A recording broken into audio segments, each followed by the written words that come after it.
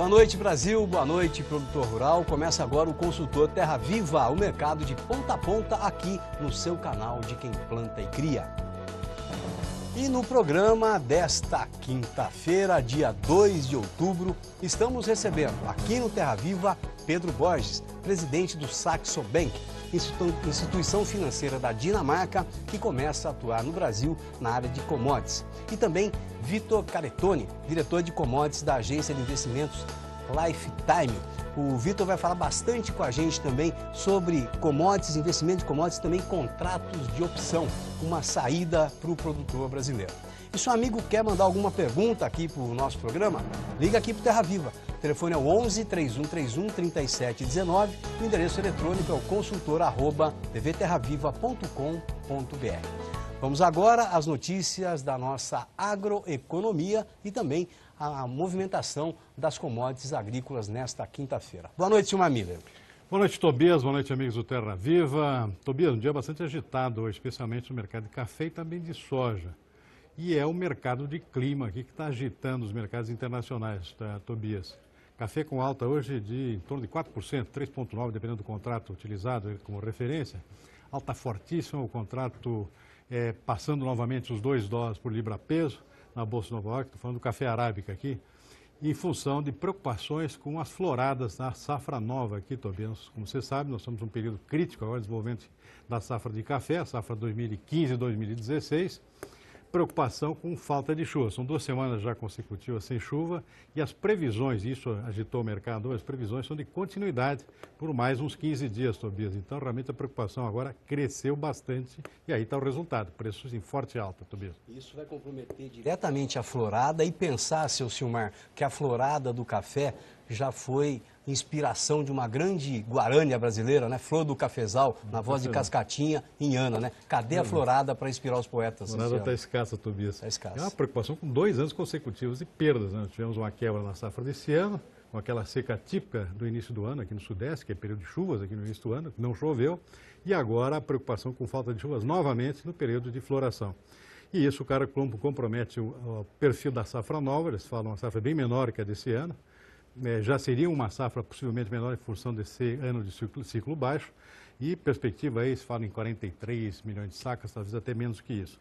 Então o mercado preocupado com 2 anos consecutivos, aí a perspectiva já cada vez mais clara de um déficit na oferta mundial de café para a próxima temporada. Mas essa arrancada de quase 4% pois hoje lá em Nova York. Preço do mercado interno acima de R$500 já, né? E possibilidade de continuidade desse movimento especulativo, com muita volatilidade em função da continuidade do próprio clima seco, né, talvez? Pois é. E olha, clima prejudicando também o andamento da nova safra brasileira de grãos. Foi outro fator de influência dos mercados internacionais hoje. Soja com alta hoje, segundo dia consecutivo, nada extraordinário, mas uma recuperação aqui, talvez até inesperada, em meio a uma safra abundante nos Estados Unidos, preocupação com o atraso da safra brasileira, também da Argentina. No sul, excesso de chuvas. Do Paraná para baixo não para de chover nas regiões produtoras de grãos, principalmente soja e milho. Então, atrasa o plantio da soja, atrasa o plantio do milho, prejudica a safra de trigo no Rio Grande do Sul, que está em pleno desenvolvimento nesse momento. E no centro-oeste e demais regiões produtoras, sob a falta de chuvas e previsão de que vai continuar por mais uns 15 dias. Conversei há pouco com o nosso agrometeorologista Marco Antônio dos Santos, ele confirmou essa possibilidade. Ou seja, deve continuar seco no centro-oeste e aí, Tobias, começa a preocupar a safra nova também. É isso aí. Só avisando o amigo que amanhã o Marco fala ao vivo com a gente aqui sobre a previsão do tempo das principais regiões produtoras de todo o Brasil. Amanhã aqui no Consultor. Verdade. Então, Tobias, preocupação, quer dizer, já não bastava o custo mais alto, o preço mais baixo, agora a preocupação com a produtividade também, caso esse clima continue, né? E é claro que isso aí também proporciona algumas boas oportunidades de negócio temporariamente, ou seja, o produtor talvez que não tenha vendido ainda nada de safra nova, talvez aproveite aí, porque os prêmios estão bons ainda. Chicago deu uma régua de 2 dias aqui e os preços internos subiram, inclusive hoje, em função do câmbio, Tobias. Câmbio que deu outro salto hoje, 0,3%, fechando o dia a 2,49%. Assim chamada de câmbio político. Tem influência lá de fora, na política do Banco Central americano, iminência de aumento de taxa de juros nos Estados Unidos, mas agora, ultimamente, na verdade, o que está pesando, talvez, é a incerteza política, ou certeza para alguns. Alguns que acham já que a eleição está se encaminhando para um desfecho já mais previsível, e aí isso se precifica na Bolsa, que cai, e no câmbio, que sobe. E quem é do mercado sabe o que isso significa, Tobias. Então, câmbio em alta hoje, beneficiando também os preços internos aqui, tanto da soja como do café e outros produtos de exportação. Milho também subiu em Chicago hoje.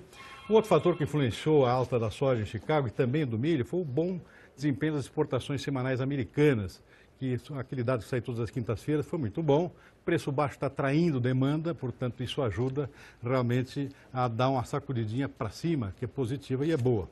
O trigo também, a exportação semanal foi boa hoje, o trigo também subiu, além do fato de que a safra americana, dado que saiu anteontem, também é menor do que vinha sendo previsto, safra atual. Talvez o açúcar ficou no 0 a 0 hoje, praticamente sem nenhum fator novo que impulsionasse o mercado para cima ou para baixo. 0 a 0 é bom, hein? 0 a 0 é bom em algumas circunstâncias, né? E algodão caiu hoje. Algodão com a previsão nova de produção mundial recorde de mais de 26 milhões de toneladas, é um dado novo, ou seja, estamos aí com estoques altos, China com perspectiva de queda nas importações e produção mundial acima do previsto ainda, 26 milhões de toneladas. E qualidade do algodão brasileiro esse ano lá em cima, hein? Lá em cima. Eu acho que é um diferencial que a gente precisa aproveitar melhor. Esse pessoal que voltou da China agora, diz que os chineses ficaram bastante impressionados com o diferencial de qualidade do algodão brasileiro. Preço não tem. A qualidade ajuda, né, Tobias? Pelo menos para a obtenção de um prêmio. Boi na BMF em alta hoje, 1 ponto percentual. Mercado físico, no mercado paulista estável aqui, mais firme, 130, mas subindo em outras regiões, né, Tobias? Tivemos aqui notícias de altas em Minas, no Mato Grosso, Rio Grande do Sul também, né, Tobias? Pelotas. Pelotas, por exemplo, preço já acima de R$130, a equivalência lá, R$4,35 quilo vivo, dá mais de R$130 a arroba na equivalência. 130,50. É verdade. Então, Tobias, esse é um resumo do nosso mercado no dia, onde o destaque realmente é o mercado de clima de volta. Agora, afetando café e já a próxima safra brasileira de grãos também, particularmente soja, aqui, causando preocupações também no mercado internacional. Perfeito. Câmbio continua... Câmbio é aquilo que eu falei, né? Subindo. Outro recorde hoje, né? Acima já de 2008. Perdão, ainda um pouquinho abaixo de 2008, 8 de dezembro de 2008, chegou a 2,50. Estamos pertinho, 2,49 hoje. Acima de ontem, 0,3%. Possivelmente vai ficar assim nessa toada altista até o final da semana, talvez, até a definição das eleições aí, porque é um câmbio eleitoral, vamos lembrar. Não, porque depois das eleições tudo se acomoda e volta para a realidade, né? Só um detalhe aqui, Tobias, um aspecto engraçado desse período pré-eleitoral. O ministro Manteiga hoje anunciou que vai certamente haver um aumento do preço da gasolina depois das eleições. Que tremenda notícia, né? Há 3 dias das eleições, uma rasteira aí na sua própria candidata, né? Será, Silmar? Acho que não. Mas é pressão aí do pessoal dos postos de combustíveis. A gente precisa entender também essa conjuntura de mercado, né? Bom, e vai ter leilão de Pepro para trigo. E vai ser na próxima terça-feira, seu Silmar. Terça-feira, e está precisando, Tobias. O preço do trigo está lá embaixo ainda. Produtor agora com a iminência de perder alguma coisa com a safra nova. Portanto, está no momento de sair um leilão que vai beneficiar produtores do Paraná e também do Rio Grande do Sul. 160 mil toneladas no de total, trigo. se não me engano, são 450 mil, né? 450 no total, mas 300 nessa... para o Paraná, o primeiro leilão Isso, também, acho que nesse primeiro 160 mil, tá? Nesse terça-feira. Bom, gente, vamos para um rápido intervalo e no próximo bloco a gente conversa com o doutor Pedro Borges, presidente do Saxo Bank, instituição financeira da Dinamarca, que começa a atuar aqui no Brasil na área de commodities. E tem uma plataforma muito interessante para apresentar para a gente aí, com velocidade e segurança de transações. Já, já. De volta com o consultor Terra Viva. Estamos recebendo hoje aqui no nosso estúdio Pedro Borges, presidente do Saxo Bank, uma instituição que começa a atuar no Brasil. Vitor, em primeiro lugar, muito obrigado pela sua presença aqui no canal Terra Viva. Por que a escolha do Saxo Bank para atuar no Brasil? Pedro, desculpe, por que a atuação no Brasil? Boa noite, Tobias. É um prazer estar aqui com você.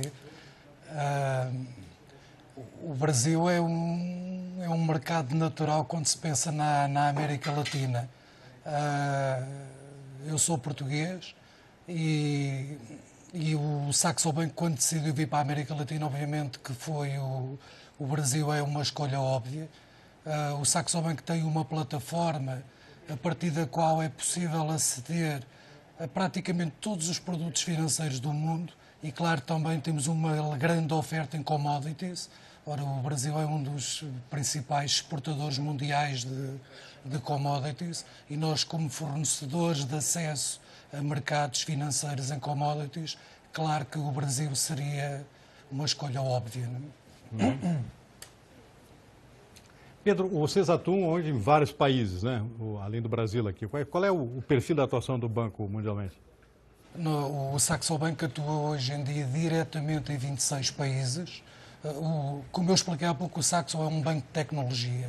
Nós temos essa plataforma, como eu disse, onde o investidor, seja que investidor for, ao abrir uma conta no Saxo Bank, e vai ter acesso a essa plataforma. Dentro dessa plataforma, você pode investir desde ações no Japão a ações nos Estados Unidos, toda a Europa, pode investir em moedas, pode obviamente investir em commodities. Portanto, como temos todos os mercados mundiais dentro da plataforma, isso faz com que o Saxo possa estar presente em todo o mundo e é por isso que nós estamos diretamente ou indiretamente. Nós temos também alguns bancos e outras instituições financeiras que usam a nossa tecnologia, a nossa plataforma com marca própria. Para dar um exemplo para você, o Citibank nos Estados Unidos tem a plataforma de moedas, é a plataforma do Saxo Bank com a marca Citi. E parcerias destas temos um pouco por todo o mundo. Portanto, é por isso que faz todo o sentido. O Saxo Bank é um banco global porque oferece produtos financeiros de todo o mundo. Tá. Ô Pedro, que tipo de benefício, né, que a atuação do Saxo pode trazer para o produtor rural do Brasil, produtor de grãos, produtor de carnes aqui do Brasil? Traz, antes de mais, um benefício de diversificação, porque é importante em qualquer negócio você poder travar risco, não é? E travar risco também da evolução futura do preço de uma commodity. Claro que você pode travar risco, e através, aqui no Brasil há muitos instrumentos financeiros para isso, mas dentro da plataforma você vai ter acesso não só à Bolsa de Futuros de Chicago, como falaram há pouco, mas também a outros instrumentos, não só com futuros sobre commodities, mas você tem, por exemplo, instrumentos financeiros como CFD sobre commodities. Você pode aceder dentro da plataforma a travar preço de commodities, por exemplo, no Japão, onde também tem bolsas de futuros de commodities. Portanto, eu diria que o principal benefício é a diversificação. É você aceder a bolsas de commodities no mundo inteiro, é você aceder a todo o tipo de matérias-primas agrícolas, por exemplo, que há no mundo inteiro e também a moeda, que vocês falaram na primeira parte do programa da evolução do dólar, por exemplo. Dentro da plataforma você tem também a moeda. Por vezes não importa travar só o ativo, só a commodity, mas é importante também travar ou fazer o hedging, como se costuma dizer, ao recebimento futuro quando tiver a safra e depois a venda. Portanto, e dentro da plataforma você tem tudo e a plataforma presta todo esse serviço. Perfeito. Pois não, senhor. Pode. O Pedro, e amanhã vocês têm um evento, né? Um encontro com o Saxo Bank, uma agenda aí com uma série de palestrantes ilustres, né? Amanhã, a partir das 9 da manhã, no Bar des Artes, no Itaim, aqui na capital paulista. Não, nós tivemos, nós tivemos essa semana o economista-chefe da área de commodities do Saxo Bank, que esteve aqui em São Paulo, exatamente onde ele deu as suas perspectivas de como é que seria a evolução do preço das principais commodities portanto, durante 2015. Então, não, esse evento não é amanhã? Não, esse evento já foi. Ah, já foi, porque eu tenho aqui como 3 de outubro. Tá ok, então. Então, desculpa, gente. Não. Então, já foi aí. Bom, vocês estão discutindo muito aí perspectivas para 2014, né? Qual que é a sua expectativa para o agronegócio para 2014? Para 2015, desculpa. Assim, como eu disse, tivemos cá o nosso economista-chefe que deu uma boa perspectiva disso. Não é tanto a minha função tentar antecipar evoluções futuras. De qualquer maneira, talvez resumindo um pouco o que ele disse, de uma forma geral, os preços das commodities estão estão com um upside um pouco limitado, portanto, por via da economia mundial está a crescer pouco. A China, que é um player muito importante nisto, vai ter que começar por lá uma demanda mais forte. É natural que em 2015 não prevejo grande subida no preço das commodities, portanto... Perfeito. Pedro, muito obrigado, então, pela sua participação aqui. Êxito para vocês aí, boa sorte e seja muito bem-vindo aqui no Brasil. Muito obrigado. Obrigado, Pedro. Bom, e no próximo bloco a gente conversa com o Vitor Caretoni, diretor de commodities de investimentos da Lifetime, logo depois do intervalo. De volta com o consultor Terra Viva, aqui no estúdio, recebendo o Vitor Caretoni, diretor de commodities da Lifetime Investimentos. E o Vitor, ele vai ajudar nessa condução do Saxo Bank aqui no Brasil. Vitor, em primeiro lugar, obrigado pela sua presença aqui. Boa noite. Boa noite, eu que agradeço. Muito obrigado. Ô Vitor, você é biólogo de formação, mas trabalhou na área de avicultura, tem pós-graduação também nessa área, atua bastante na área de nutrição animal, de proteína animal. Ô Vitor, a chegada do Saxo é um diferencial aqui para o produtor aqui no Brasil? Com certeza é, Wilson, porque na Bolsa Brasileira de Mercadorias a gente tem acesso a um leque de produtos. Tá? Você vai negociar muito milho, você vai negociar muito boi gordo. Quando você começa a pensar em outras commodities, como café, soja, açúcar, infelizmente a gente ainda não tem liquidez aqui no nosso mercado. Quer dizer, eu vou querer colocar uma ordem para comprar 100 contratos, eu não acho vendedor. Então, para isso a gente tem que ir nos mercados internacionais, tem que ir para Chicago, tem que ir para Nova York. E é através da plataforma do Saxo Bank que a gente consegue chegar lá. A vantagem é o acesso a mercados, que você pode viabilizar, por exemplo, que um produtor aqui do Mato Grosso, ou seja, de onde for, aqui ele tem a condições de operar diretamente Bolsa de Chicago, por exemplo. Exato. Uma cooperativa de café operar a Bolsa de Nova York diretamente, é isso aí? Exatamente. O cliente ele abre a conta no Saxo Bank, tem assessoria da Lifetime Investimentos, nós desenhamos a estratégia de acordo com o que ele precisa fazer, que tipo de trava de preço ele precisa fazer, e a gente operacionaliza. Então, ele envia o recurso para o exterior de uma maneira simples e uma ligação com a gente mesmo, em português, quer dizer, não precisa falar com ninguém de fora do país, a gente monta essas estratégias para ele para travar preço.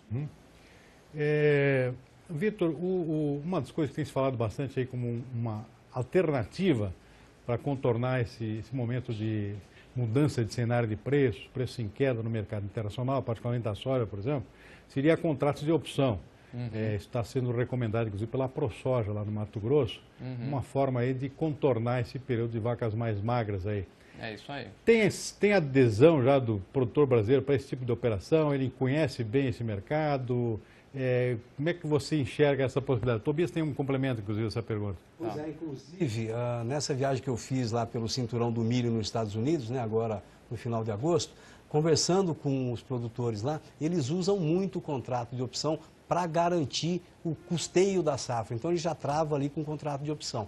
Como é que está isso aqui no Brasil, Vitor? É isso aí. Olha, eu vou te falar que isso no Brasil ainda é bem incipiente e tal. O pessoal ainda desconhece muito esse mercado de operações com opções. E quando você não conhece, você tem medo, né? Então, entende-se bolsa como um grande cassino, onde o pessoal vai jogar, e não é isso. Você tem, realmente, nos contratos de opções, diversas alternativas para travar os preços e não necessariamente só falar, vendi a minha soja a $9, e se ela foi a 15, putz, que pena, eu estou vendido a 9. Você monta estruturas para proteger o preço no caso de uma queda e continuar ganhando se o preço subir. Nós temos alguns clientes na Lifetime que fazem essa trava com opções, que são realmente os contratos que têm mais flexibilidade de tipos de travas de preço, né? E o estado da arte para a gente é assim, o produtor, na hora que ele vai plantar a soja dele ou o milho, que ele define o preço a relação de troca entre a matéria-prima e os insumos, ele já trava pelo menos 30% ou 40% da sua produção. E o restante ele vai travando ao longo dos meses até colher o produto dele e até terminar a venda. Então, nós temos vários clientes hoje que fazem isso, mas assim, comparado com o volume do Brasil, ainda é muito baixo. Tá. E quando é que vocês começam a operar aí, de fato, aqui no Brasil, com as commodities agrícolas? Já começamos, já estamos com a parceria com o Saxo Bank firmada. Hoje, se o cliente quiser, ele me liga ali na Lifetime, a gente passa para ele a ficha cadastral. Em questão de 2 ou 3 dias, ele tem uma conta aberta na Dinamarca. a gente cuida do envio do recurso para ele também, a conta é no nome dele, não é no nome da Lifetime. O cliente manda os seus dólares ou os seus euros para o exterior e a gente começa a operar aqui. Tá, o cliente vai ter acesso à plataforma, ele vê as cotações, ele vê tudo que ele está fazendo. Ele pode operar sozinho ou nós, no caso, o que a gente mais faz é dar assessoria. Quer dizer, o cliente liga, explica o que ele quer fazer e a gente define alguns caminhos a seguir. Tá? E todas as operações que nós fazemos na conta dele, ele enxerga ali no terminal. Muito bom. Isso é aberto a qualquer tipo de produtor? Tem alguma exigência mínima? Uma cooperativa também pode operar? Qual é o perfil aí do cliente desse tipo de operação? Pode, olha, eu te diria que para soja aí a gente fala em produtores já acima de 30, 40 mil sacas, já é possível acessar esse mercado. Abaixo disso começa a ficar complicado por questão do tamanho do contrato em Nova York, né? Você tem que operar 5 contratos em bushel, então quer dizer, começa a ficar um volume muito grande. Pela experiência inicial que vocês estão tendo aí, como é que está havendo maior aderência? O produtor de soja, o produtor de café? É mais o produtor de soja, né? Quando a gente fala soja, é o ouro em grão, né? Brilha o olho do produtor, ele quer travar esse preço. E é um pouco mais conhecido também, porque o preço já é em dólar, é tudo negociado lá fora, ele entende um pouco melhor isso aí, né? Então, a soja é que realmente tem a maior aderência. Tá, Vitor, tem uma página na internet, um endereço eletrônico que você possa deixar aí pra gente, para quem quiser consultar? Com certeza, é www.lifetimeinvest, com temudo no final, .com.br. Perfeito. Tá, ali tem os nossos contatos, a gente fica à disposição, estamos o dia inteiro na mesa e a gente consegue fazer esse tipo de estruturas no Skype, entender, conversar com o cliente um pouco melhor. Para finalizar, Vitor, dá um exemplo, como é que funciona um contrato de opção para o produtor que não é familiarizado com isso aí? Tá, é mais ou menos o seguinte, contrato de opção, você tem uma série de vencimentos, quer dizer, você pode operar contrato de opção para janeiro, para março, para maio, por aí vai, em várias faixas de preço. Então eu posso travar a minha soja a 9 dólares, 9,20, 9,40, até onde for, até 12 dólares, por exemplo. E dependendo da estrutura que eu montar, eu vou definir assim, que a soja hoje está a 10, então eu faço uma trava nela a 9,80, se cair abaixo de 9,80, eu não perco mais dinheiro. A minha venda está garantida em 9,80. Contrapartida, se ela subir e for para 12, o produtor está ganhando ainda essa diferença no mercado físico. Quer dizer, o produto dele está valorizando e ele não vendeu a safra dele ainda. Ele continua ganhando essa alta de preços. Tá? E para o comprador é o oposto. Se o comprador acha que o preço vai subir, ele trava um teto máximo de preços que ele vai pagar. Então, hoje a gente vê as commodities estão num nível de preço super baixo, podem ficar aí por algum tempo, mas também podem subir, porque afinal já caíram bastante. Então o comprador pode começar a se defender também. Perfeito.